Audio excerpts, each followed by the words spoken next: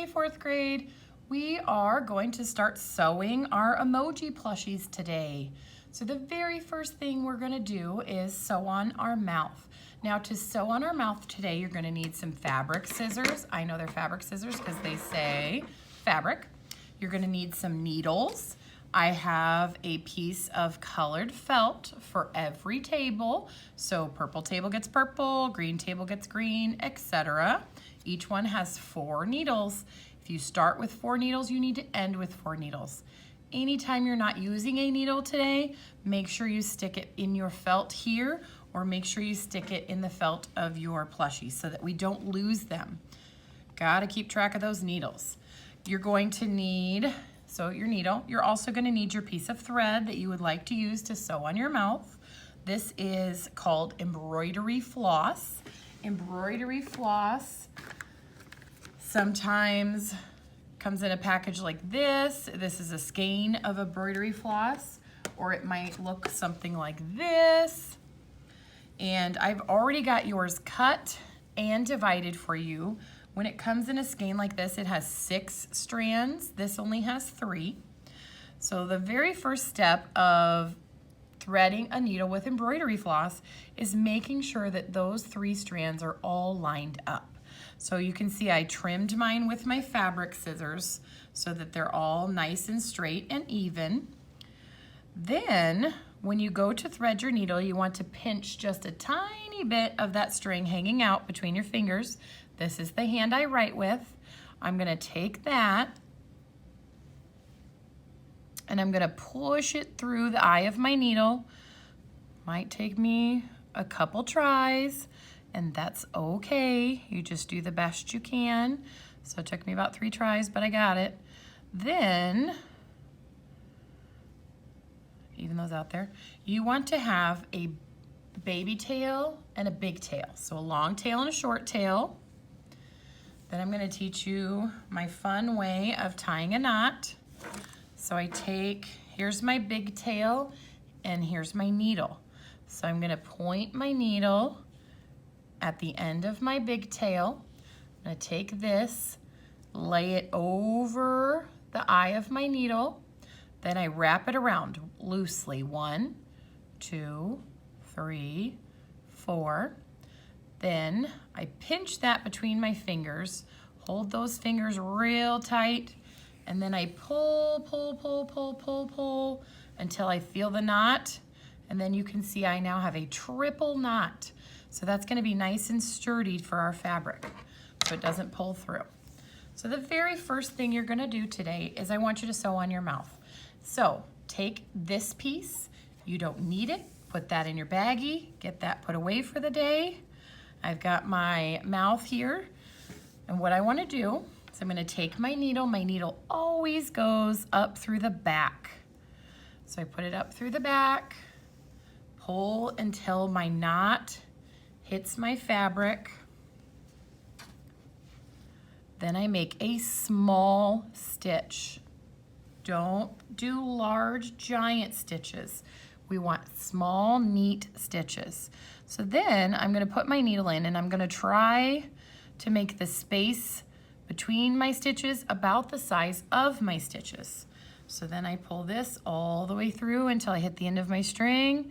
Then I do my next stitch. And you're gonna continue this way all the way around your plushie, or all the way around your mouth, the shape that you chose to use. We're gonna use this to sew on anything that needs to be sewed on to our emoji. So if you have a heart, you've got a star for an eye, you have a tear because your emoji's just laughing so hard it's crying, any of those things are all going to be sewn on this way. So I just keep going and going and going.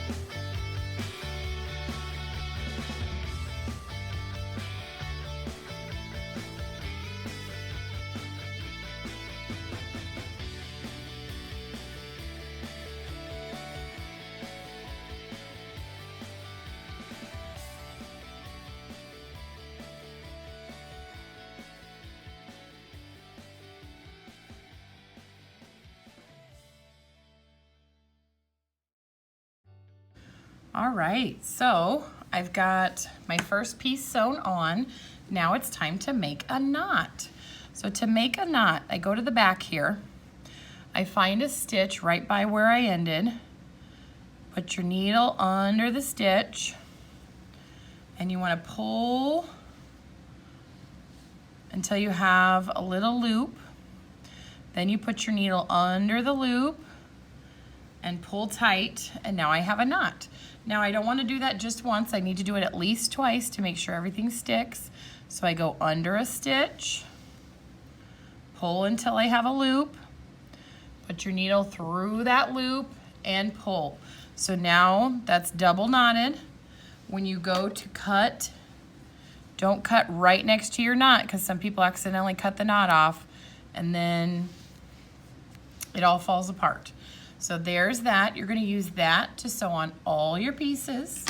The next thing I want to teach you is if you're doing some type of line on your project, you're going to do what's called a back stitch. So to do a back stitch, you need your thread and your needle. So I'm going to pull my needle off this white one here because I'm done with that. So here's my needle. Pinch my fingers together, push the thread through the eye of my needle, pull so I have a small tail and a large tail.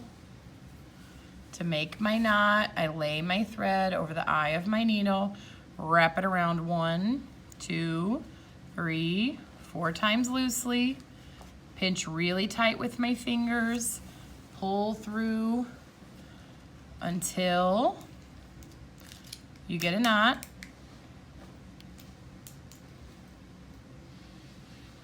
Then you can see I very lightly used my pencil to draw the line that I'm going to be sewing because I want to have a path to follow. So I'm going to start over on this side.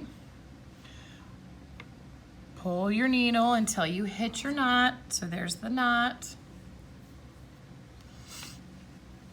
Now for the start of this stitch, it works just like the running stitch. So I make a small stitch, just like I did to sew on my mouth.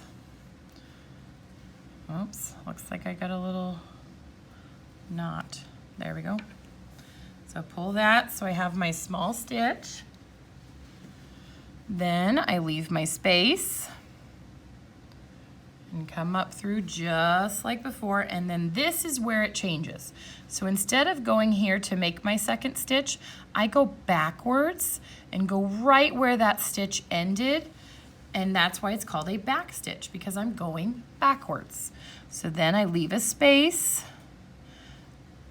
come up through the felt, put my needle in right where my last stitch ended,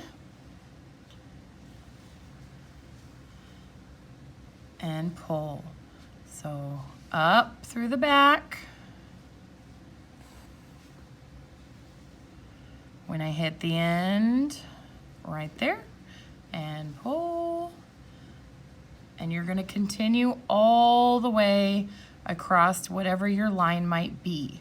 So if you are doing the kissy lips that kind of looks like a sideways M, or if you're doing a closed eye like this. Now, if you're not paying attention to what you're doing, one of the things that I see all the time is you can see it wrapped all the way around. So if that happens, go ahead and take your thread off your needle. Then you take the eye of the needle and you put it up under your stitch and pull. Now, I also noticed I don't really like where this stitch is, so I can do the same thing with that, and I can easily pull out my stitch, maybe. Pull out my stitch so that I can make sure it's going exactly where I want. So I pulled out those messy stitches that I didn't like. Now I'm going to re-thread my needle, making sure that my threads are evened out. I had to cut that a little bit. Rethread my needle. I don't have to do the knot again because my thread is still attached to my project, so I don't need to do a knot. So I'm gonna move my stitch over a little bit where I wanted it to go, and then I'm gonna continue on like nothing happened. So just follow your line. Small, neat stitches are the best.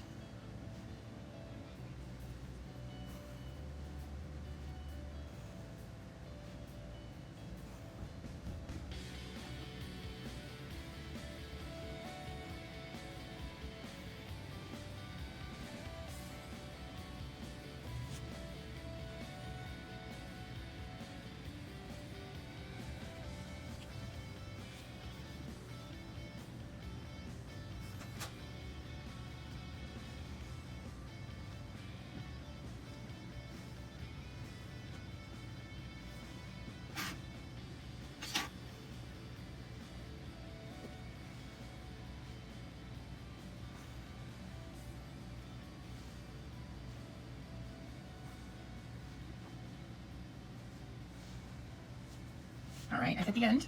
So then you remember we take the needle, put it under the stitch, leave a loop, put your needle under the loop and pull. So there's my first knot, put my needle under the stitch, pull until I have a small loop, put my needle through the loop and pull. Then I trim my thread, and there's my stitched line with a back stitch. So I still need to finish this one. I'm gonna do some Z's because my guy is super sleepy, and then we'll be ready to sew together next. Sew the outside together maybe next week or the week after. It depends on how long it takes you to sew all the different parts of your face, but you don't need to rush. We've got plenty of time. So just do as much as you can today. If you need help, raise your hand. If you get frustrated, take a break.